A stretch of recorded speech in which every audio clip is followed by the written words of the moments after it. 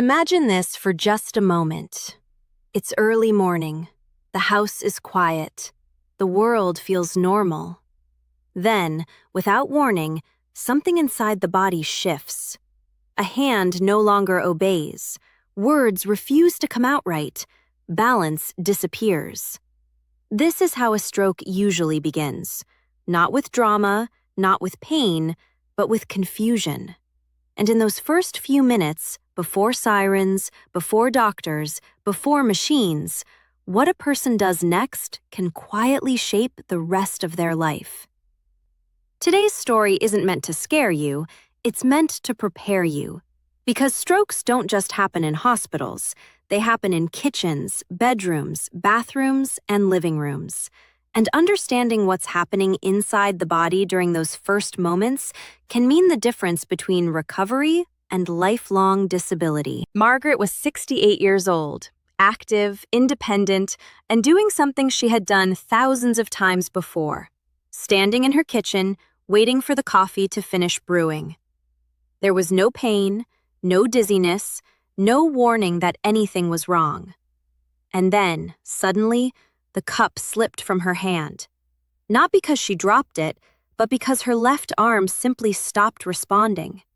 She tried to call out to her husband, but the words came out broken, jumbled, unfamiliar even to her own ears.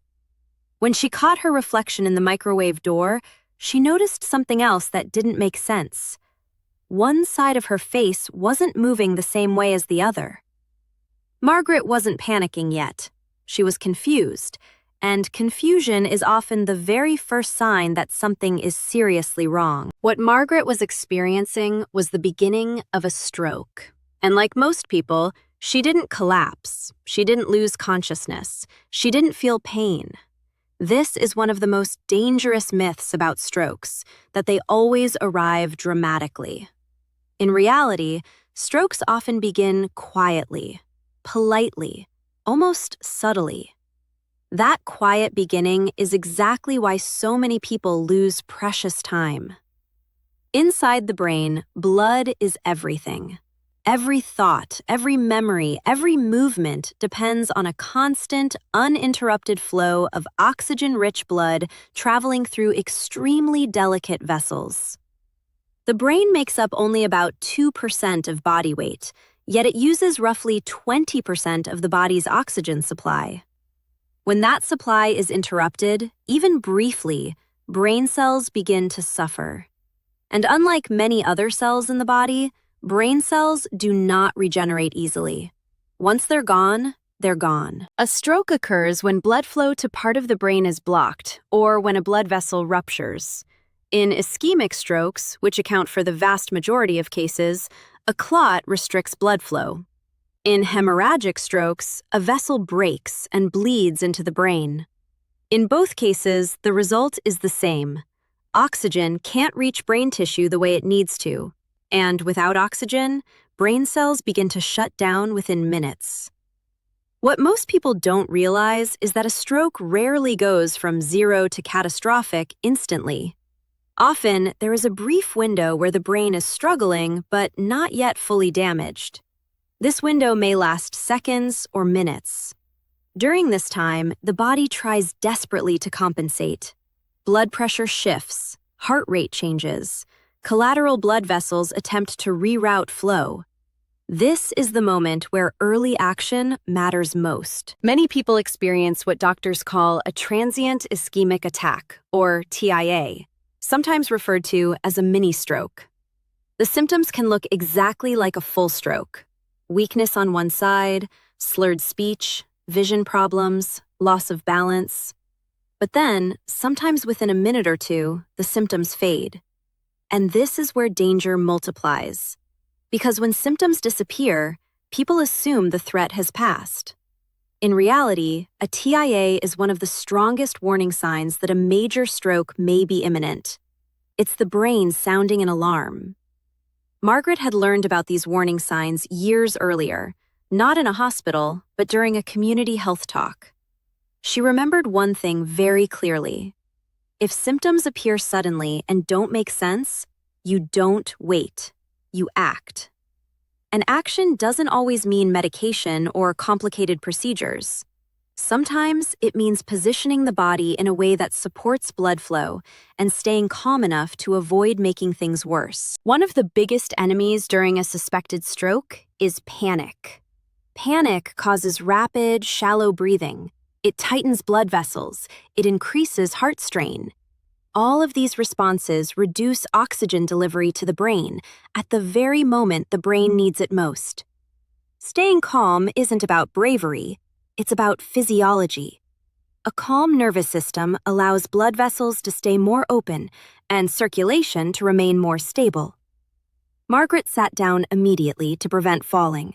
Her husband, noticing something was wrong, reached for the phone to call emergency services. Instead of trying to stand or walk, Margaret slowly lowered herself to the floor and lay flat on her back. She elevated her legs using a chair cushion. This wasn't random. Elevating the legs allows gravity to assist blood returning from the lower body back toward the heart. From there, it can be pumped upward to the brain more effectively. At the same time, Margaret focused on her breathing. Not deep, forced breaths. Slow, controlled breaths. In through the nose for several seconds, a brief pause, then a longer, slower exhale through the mouth. This pattern helps increase oxygen exchange while calming the nervous system. It also helps stabilize blood pressure, which can fluctuate dangerously during a stroke. These actions did not stop the stroke. They did not cure it, but they helped buy time. Time for blood to keep moving, time for oxygen to keep reaching vulnerable brain tissue, time for help to arrive. Emergency responders later confirmed that Margaret had experienced an ischemic stroke. Imaging showed a blockage that had temporarily reduced blood flow. But the area of permanent damage was far smaller than doctors would typically expect, given her initial symptoms. While no one can say with certainty what would have happened otherwise, the emergency physician later told her family that her immediate response likely played a role in preserving brain function. Stories like Margaret's are not about miracles. They're about understanding how the body works under stress. In the earliest moments of a stroke, before medical intervention is possible, the goal is not to fix the problem. The goal is to prevent it from getting worse. Every 40 seconds, someone experiences a stroke. The majority of these occur in adults over 60. Age increases risk, but age does not remove the body's ability to respond. What often fails isn't the body. It's awareness. Many older adults were raised to endure discomfort quietly, not to complain, not to overreact. This mindset, while admirable in many areas of life, becomes dangerous during a neurological emergency. A sudden inability to speak clearly is not something to push through. A numb arm is not fatigue. A drooping face is not stress. These are medical emergencies, even if they pass quickly. The earliest warning signs of a stroke are often subtle but specific.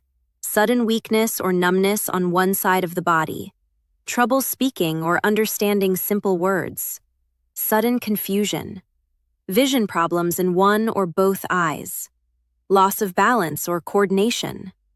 A sudden, severe headache with no clear cause.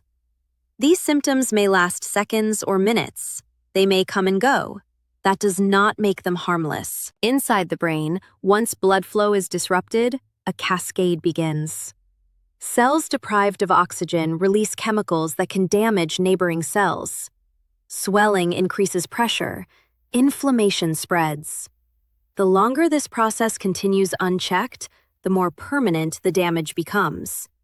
This is why emergency medicine emphasizes speed. Every minute matters.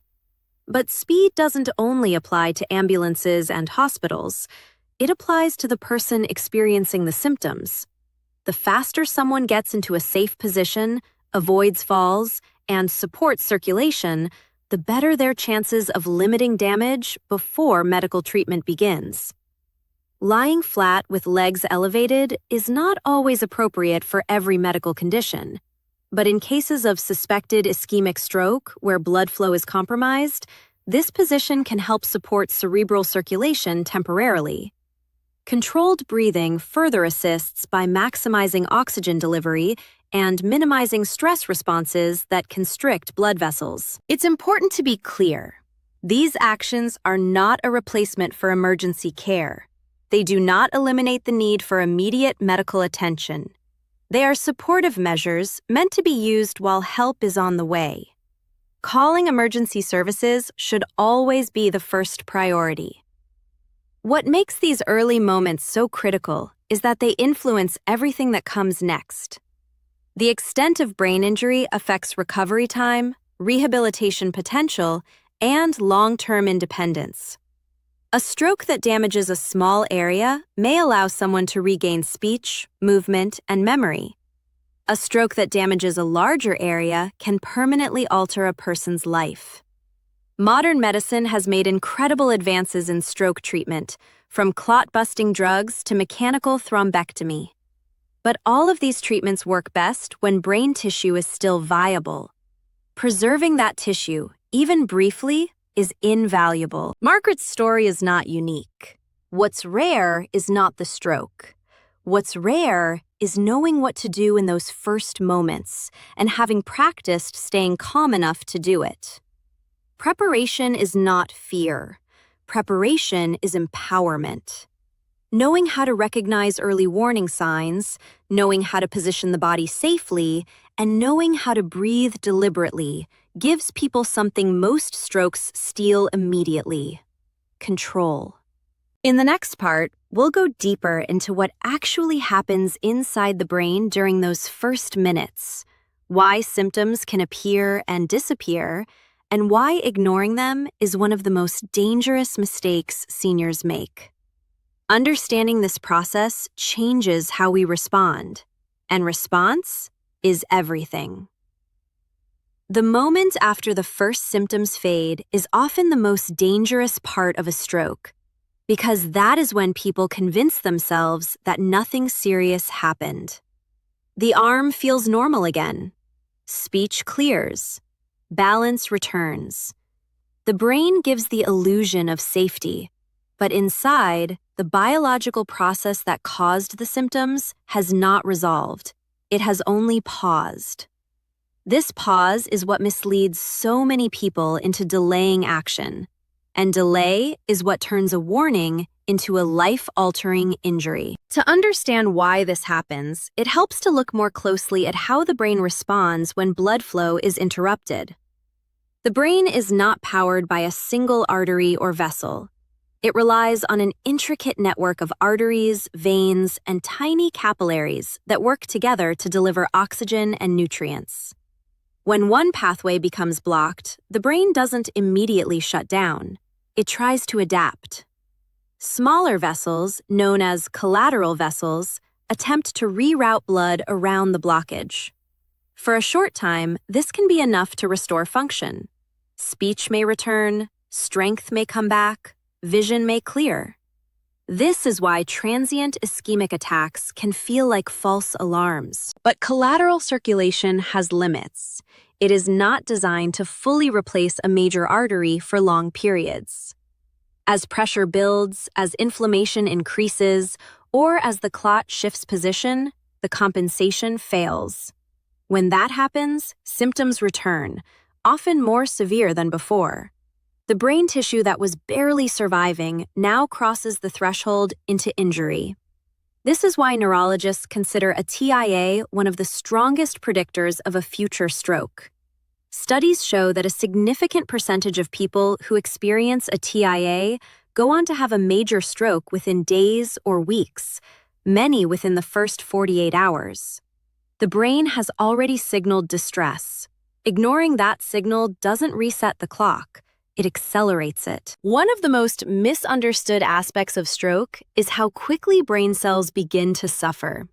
Within seconds of oxygen deprivation, electrical activity becomes unstable. Within minutes, metabolic failure begins. Cells swell, toxic byproducts accumulate. This is not an all-or-nothing process. Damage spreads outward from the most affected area, like ripples from a stone dropped into water. The sooner blood flow is supported and stress responses are reduced, the more limited that damage can be. This is where early positioning and breathing become relevant, not as treatment, but as support. When someone remains upright, blood pools in the lower extremities due to gravity. During a stroke, when the brain is already struggling to receive adequate blood flow, this pooling becomes a disadvantage. Lying flat and elevating the legs shifts blood back toward the core, increasing venous return to the heart. This can improve cardiac output and help maintain cerebral perfusion pressure, which is the force that drives blood into the brain. Breathing plays an equally important role. Shallow, rapid breathing reduces oxygen exchange and increases carbon dioxide fluctuations, which can affect blood vessel diameter. Slow, controlled breathing stabilizes these variables. It promotes more efficient oxygen delivery and reduces sympathetic nervous system activation, the fight-or-flight response that constricts blood vessels and raises blood pressure unpredictably. Another critical factor during these early moments is movement, or, more accurately, the lack of unnecessary movement. Many people, when they feel strange symptoms, try to stand up, walk, or test their strength. This increases the risk of falling, which can cause head injury and complicate an already serious situation. It also increases cardiovascular demand at a time when the brain needs stability, not strain. Staying still, supported, and calm protects both the brain and the body. One reason strokes are so devastating in older adults is not simply age itself, but accumulated vascular changes. Over time, arteries can stiffen, plaque can build up, blood becomes more prone to clotting due to changes in metabolism, inflammation, and hydration. These factors don't cause symptoms day to day, but they reduce the margin for error. When blood flow is interrupted, even briefly, the brain has less flexibility to adapt. This makes awareness even more important with age. Subtle symptoms that might be dismissed in younger individuals deserve immediate attention in seniors. A sudden lapse in speech is not just tiredness. Sudden dizziness while sitting or standing still is not normal aging. These are red flags that the brain is not receiving adequate blood flow. There is also an emotional barrier that delays action. Many people fear being wrong. They worry about embarrassment, inconvenience, or causing unnecessary alarm. They tell themselves they'll wait a few minutes and see what happens. In stroke care, those few minutes are often the difference between walking out of a hospital and needing lifelong assistance. Emergency responders and neurologists consistently emphasize the same message. It is far better to seek help and discover it was a false alarm than to ignore symptoms and arrive too late for effective treatment. Modern stroke therapies are time-dependent. Certain medications can only be given within a narrow window from symptom onset. Mechanical interventions are more successful when performed early. Every minute of delay reduces options. What makes early response especially challenging is that strokes do not always present in dramatic ways. Not everyone experiences facial drooping or complete paralysis. Some strokes affect vision only. Others affect coordination or cognition. A person may feel suddenly disoriented, unable to follow a simple conversation, or unusually confused about familiar tasks. These cognitive changes are often overlooked or attributed to stress or fatigue. In some cases, the person experiencing the stroke is not aware that anything is wrong. The brain's self-monitoring systems may be impaired. This is why bystanders play such a crucial role. Recognizing sudden changes in speech, movement, or awareness in someone else and acting quickly can save a life. The FAST acronym, face drooping, arm weakness, speech difficulty, time to call emergency services, exists for a reason. It simplifies recognition and prompts immediate action. However, recognition alone is not enough. Knowing what to do in the moments after recognition matters just as much. Ensuring the person is safe from falls, positioned to support circulation, and breathing calmly can influence outcomes before professional care begins. Another aspect rarely discussed is how stress hormones affect stroke progression.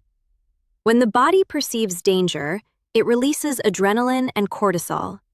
These hormones increase heart rate and blood pressure, which may seem helpful, but during a stroke, they can worsen vessel damage, increase bleeding risk in hemorrhagic strokes, and disrupt fragile compensatory blood flow. Calming the nervous system reduces this hormonal surge, creating a more stable internal environment. This is why deliberate breathing is not simply a relaxation technique. It is a physiological intervention. Slow exhalation activates the parasympathetic nervous system, which counterbalances stress responses. This can help maintain more even blood pressure and reduce strain on compromised vessels. Understanding these mechanisms reframes the idea of doing nothing while waiting for help. Lying still, breathing slowly, and positioning the body intentionally is not passive. It is an active form of support for the brain. As awareness of stroke has increased, survival rates have improved, but survival is only part of the story.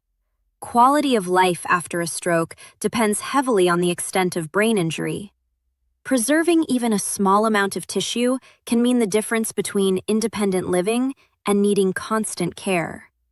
Speech centers, motor pathways, memory circuits all occupy specific regions. Limiting damage in these areas preserves function. Margaret's experience illustrates how preparation changes outcomes. She didn't invent a technique in the moment. She recalled information she had learned previously and applied it calmly.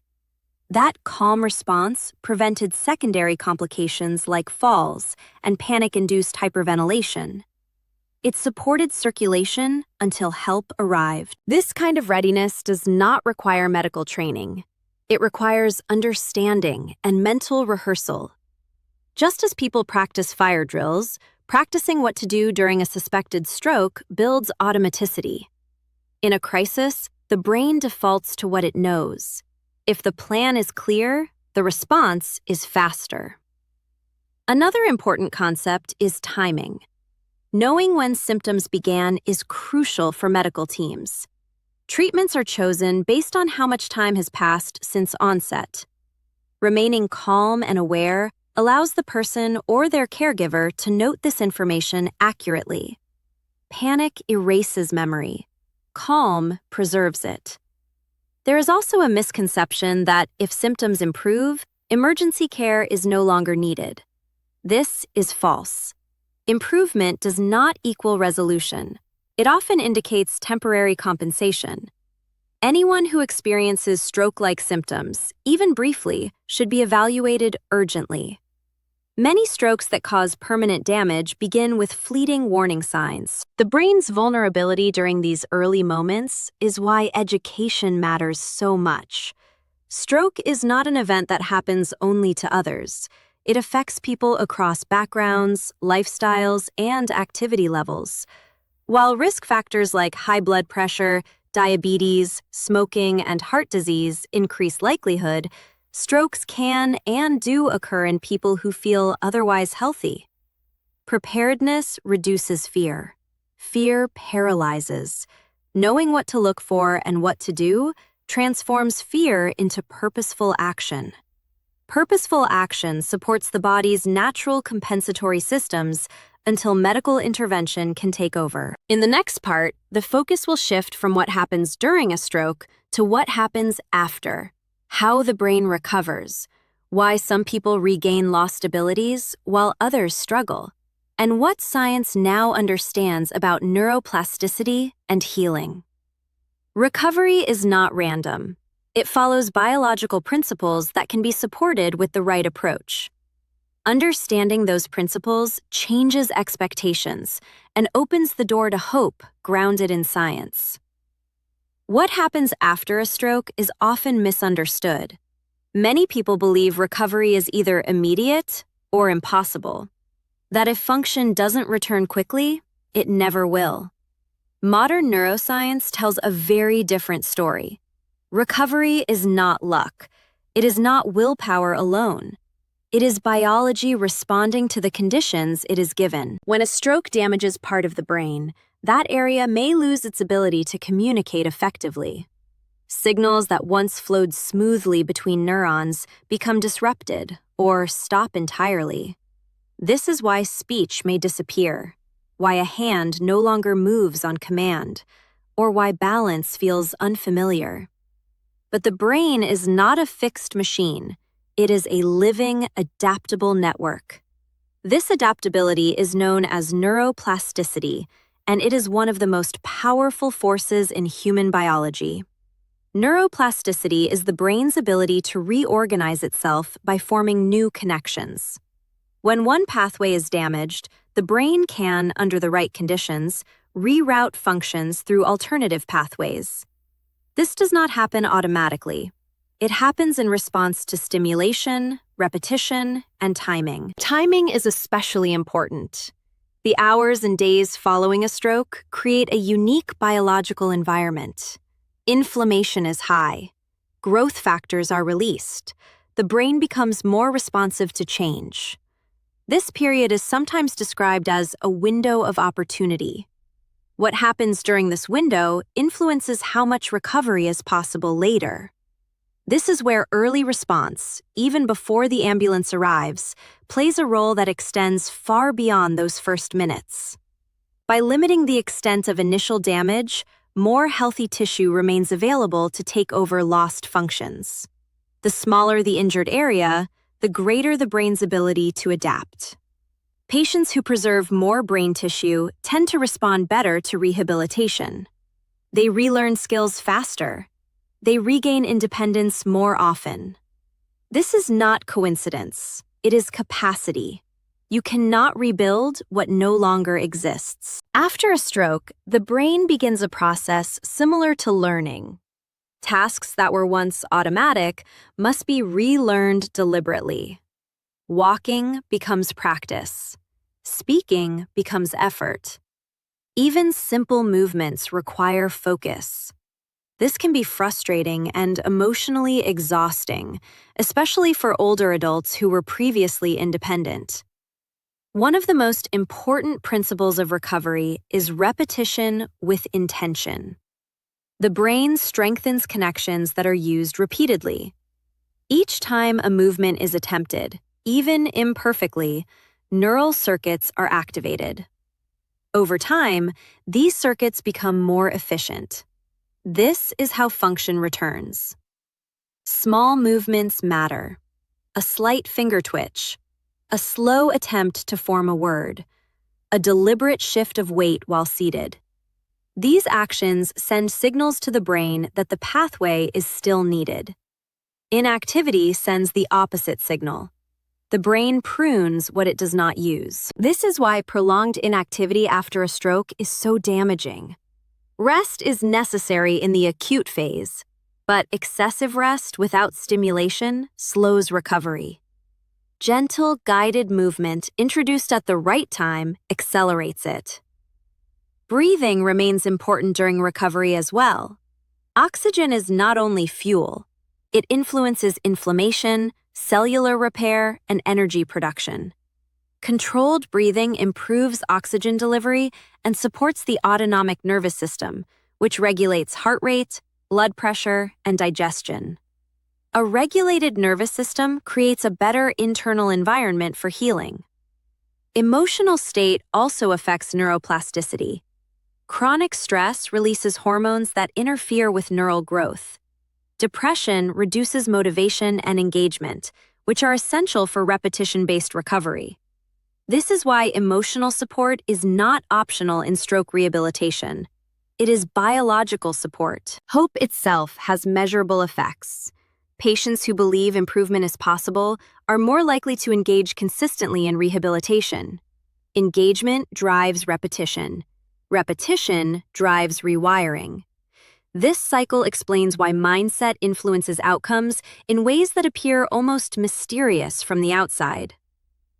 Nutrition plays a critical role during this phase. The brain requires specific nutrients to rebuild connections. Omega-3 fatty acids support neuronal membranes. Antioxidants reduce oxidative stress. Adequate protein provides the building blocks for repair. Dehydration, common in older adults, thickens blood and reduces circulation, placing additional strain on recovering tissue. Sleep is another underestimated factor. During deep sleep, the brain consolidates learning and clears metabolic waste. Poor sleep interferes with neuroplasticity. Stroke survivors who improve sleep quality often show better cognitive and motor recovery. There is also growing evidence that visualization supports recovery. When a person mentally rehearses a movement, similar brain regions activate as when the movement is physically performed. This means that even when movement is limited, mental practice can help maintain neural pathways. This is especially valuable in the early stages when physical movement may be restricted. Recovery is rarely linear.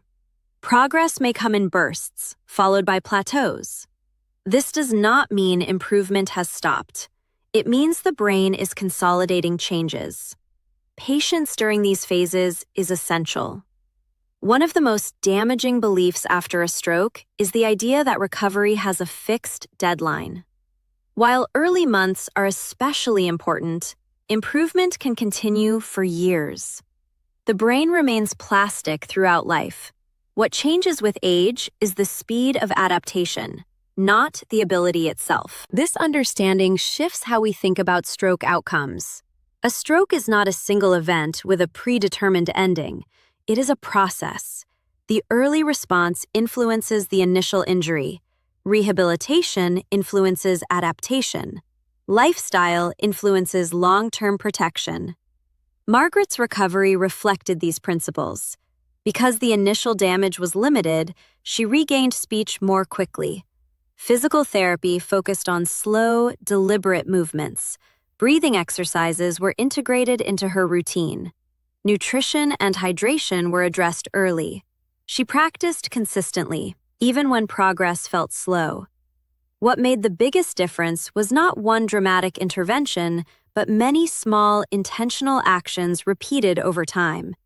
Each action sent the same message to her brain: reconnect, adapt, rebuild. This is the part of the story that often gets lost. Stroke recovery is not defined by what was lost. It is defined by what remains and how it is used.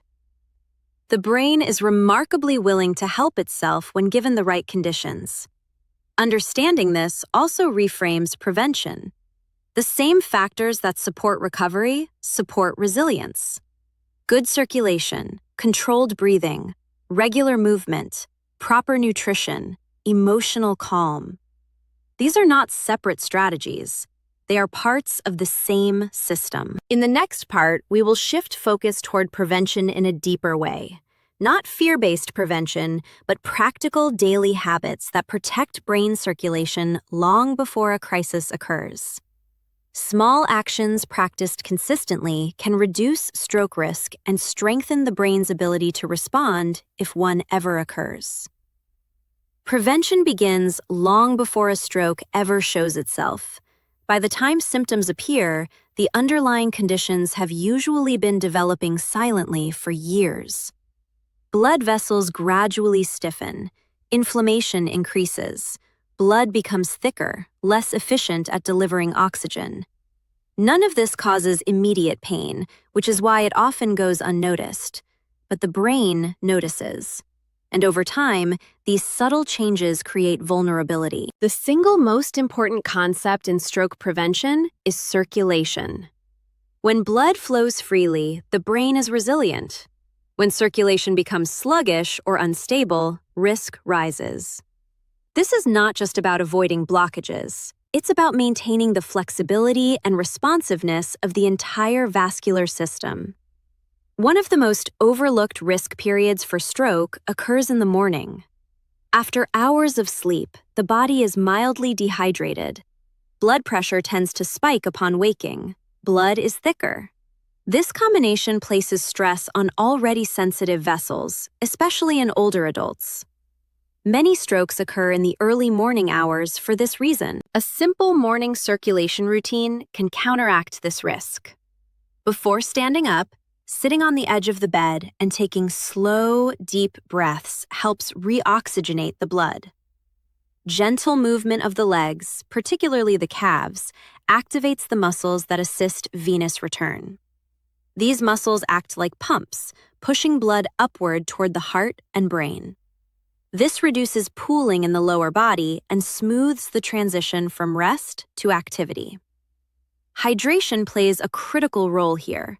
Drinking water before coffee or tea thins the blood and improves flow. Even mild dehydration increases clotting risk. This is especially relevant for seniors, who often experience reduced thirst sensation and may unintentionally underhydrate. Daily movement is another cornerstone of prevention. This does not mean intense exercise or strenuous routines. In fact, consistency matters more than intensity. Regular walking, gentle stretching, and slow rhythmic movement improve endothelial function, the ability of blood vessels to dilate and constrict as needed. Flexible vessels adapt better to changes in pressure and demand. Sitting for long periods is a significant risk factor, independent of exercise habits.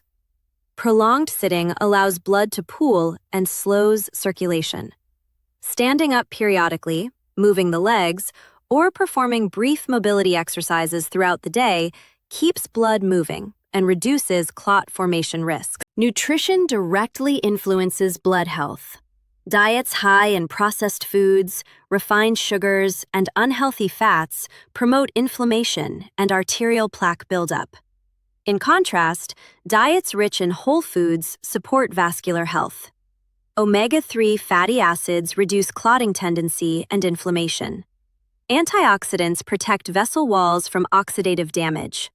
Natural nitrates found in vegetables like beets and leafy greens improve nitric oxide production, which helps vessels relax and widen. Large population studies consistently show that dietary patterns matter more than individual foods.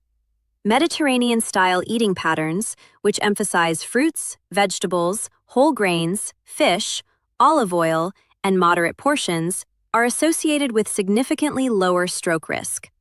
These patterns improve cholesterol profiles, reduce inflammation, and support healthy blood pressure. Blood pressure control remains one of the strongest protective factors against stroke. High blood pressure damages vessel walls over time, making them more prone to rupture or blockage. Stress, poor sleep, and excess sodium intake all contribute to hypertension. Managing these factors reduces strain on the brain's delicate vessels. Sleep quality is deeply connected to vascular health. During sleep, the body regulates hormones, repairs tissues, and clears metabolic waste from the brain. Poor sleep increases inflammation and disrupts blood pressure regulation. Sleep apnea, common in older adults, is a major but often undiagnosed stroke risk factor. Addressing sleep issues is not a luxury. It is preventive medicine. Stress management is equally important. Chronic stress keeps the nervous system in a constant state of activation. Blood vessels remain constricted. Blood pressure remains elevated. Over time, this environment damages the vascular system. Practices that promote relaxation, such as slow breathing, time outdoors, social connection, and engaging in enjoyable activities, have measurable effects on circulation. Emotional health is often separated from physical health, but the two are inseparable. Loneliness and depression are associated with higher stroke risk. Social interaction stimulates neurological activity, reduces stress hormones, and supports healthy routines.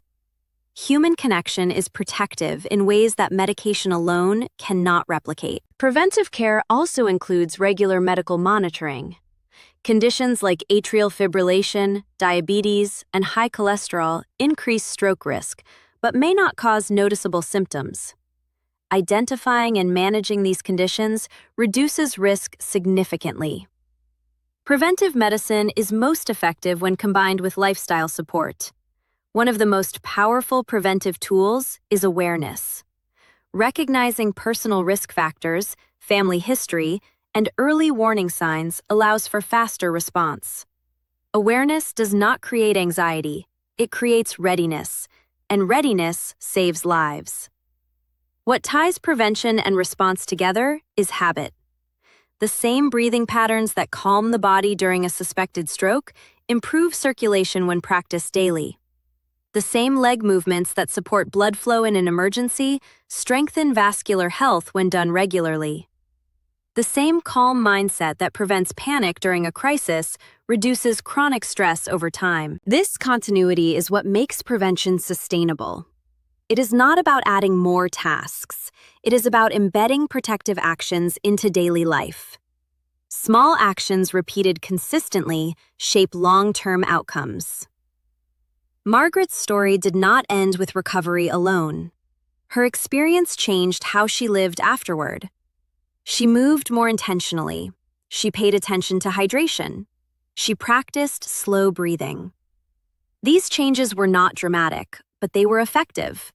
They supported her recovery and reduced her risk of recurrence. Prevention is not about eliminating all risk. It is about shifting the odds in your favor. It is about strengthening the body's ability to adapt and respond. When circulation is strong, when the nervous system is regulated, when the brain is well-nourished, it becomes more resilient to sudden challenges. In the final part, we will bring everything together. The response, the recovery, and the prevention will connect into one clear, memorable framework. The goal is not to overwhelm, but to simplify, because in a critical moment, simplicity is what saves lives. When everything is stripped down, stroke readiness comes down to one essential truth. The body always gives signals before disaster becomes permanent. Those signals may be brief, they may be confusing, they may even disappear, but they are never meaningless. The difference between recovery and lifelong disability is often not fate or luck. It is recognition and response. What makes strokes especially dangerous is not just how suddenly they begin, but how ordinary the moment often feels. There is rarely a dramatic collapse. More often, there is a quiet interruption. A sentence that doesn't come out right. A hand that doesn't obey. A moment of imbalance that feels unfamiliar. These moments are easy to dismiss, especially for people who have spent a lifetime pushing through discomfort. But the brain does not send random signals. When function changes suddenly, the brain is asking for help. The framework that matters most is simple enough to remember under stress. Recognize the signs, act immediately, support circulation, stay calm, get help. These steps are not separate. They work together. Each one strengthens the effect of the others. Recognition is the first gate. Without it, nothing else happens. Sudden weakness on one side of the body, slurred or broken speech, facial drooping, sudden confusion, vision changes, loss of balance. These are not symptoms to monitor. They are symptoms to act on, even if they last only seconds, especially if they last only seconds. Action does not mean panic. It means purpose. Sitting or lying down immediately to prevent a fall. Calling emergency services without delay. Making sure someone else knows what is happening. These actions protect the body from secondary harm and activate the medical response that modern stroke care depends on. Supporting circulation during those early minutes buys time. Lying flat when appropriate. Elevating the legs to assist blood return to the heart. Using gravity intentionally instead of fighting it. These are simple actions, but physiology responds to them quickly. Breathing is the anchor that holds everything together. Slow, controlled breathing increases oxygen availability and stabilizes the nervous system. It prevents the cascade of stress hormones that worsen vascular strain. It helps preserve clarity when the mind wants to spiral. Calm breathing is not passive, it is protective. Together, these steps form a response that is realistic, repeatable, and accessible. No equipment, no medication, no advanced training. Just understanding and preparation. Preparation is what transforms knowledge into instinct. Reading once is not enough. Mental rehearsal matters. Visualizing what you would do if symptoms appeared trains the brain to respond automatically. In a crisis, there is no time to reason through options. The body does what it knows. This is why sharing this information matters. Stroke does not always allow the person experiencing it to act for themselves. Sometimes speech is impaired. Sometimes awareness is reduced. Sometimes fear takes over. When family members, friends, or neighbors know what to look for and what to do, lives are protected collectively. Recovery, when a stroke does occur, is not defined by the event alone. It is shaped by the response, the support, and the habits that follow. Early preservation of brain tissue creates capacity. Capacity enables neuroplasticity. Neuroplasticity enables relearning. Relearning restores independence. Recovery is not linear. It requires patience, repetition, and belief. The brain responds to consistent signals. Move, breathe, nourish, rest, repeat. Small actions performed daily create cumulative change. The same principles that support recovery also reduce the risk of recurrence. Prevention is not a separate phase of life. It is woven into daily choices. Hydration, gentle movement, breathing, sleep, nutrition, emotional calm. These are not lifestyle trends. They are biological inputs. The brain responds to them every day, whether consciously or not. A stroke-resistant brain is not built through extremes. It is built through consistency. Circulation maintained daily becomes circulation available in crisis. Calm practiced daily becomes calm accessible under stress. Margaret's story matters not because it is extraordinary, but because it is ordinary. What she did was simple. What made it powerful was that she knew what to do. Knowledge gave her direction. Direction prevented panic. Calm supported her body until help arrived. That is the real message. This is not about living in fear of a stroke. It is about living with readiness. Readiness replaces helplessness with agency. It gives families peace of mind. It gives individuals a sense of control, even in moments of uncertainty. Aging does not mean surrendering resilience. It means understanding the body more deeply. It means working with physiology instead of against it. Every breath, every step, every small habit sends signals to the brain. Those signals accumulate. If there is one line worth remembering, it is this. When blood flow is threatened, don't panic. Lie down if possible. Elevate the legs. Breathe slowly. Call for help. Let gravity and calm work in your favor. Health is not about avoiding every crisis life may bring. That is impossible. Health is about knowing exactly what to do when a crisis arrives. That knowledge changes outcomes. It changes stories. It changes lives. Share this with someone you care about. Practice it mentally. Make it familiar. Because if seconds ever matter, familiarity becomes action. And action, taken early, is one of the most powerful forms of medicine there is.